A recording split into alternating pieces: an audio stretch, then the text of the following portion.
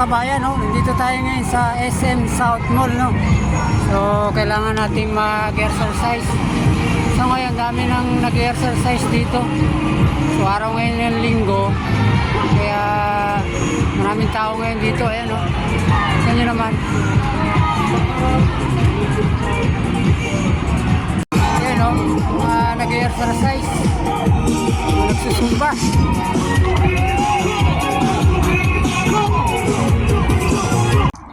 Ito mga lodi, ano, dati makikita mo rito yung mga puno.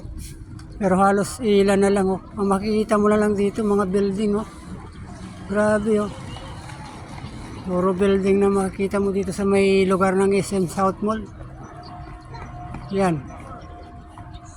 Yun, oh, dami ngayong nag-exercise. Ayan, oh. So medyo mahalawak tong lugar na to, no. Paikot ng SM na to, kaya talagang dinarayo to na para mag-exercise mga tao.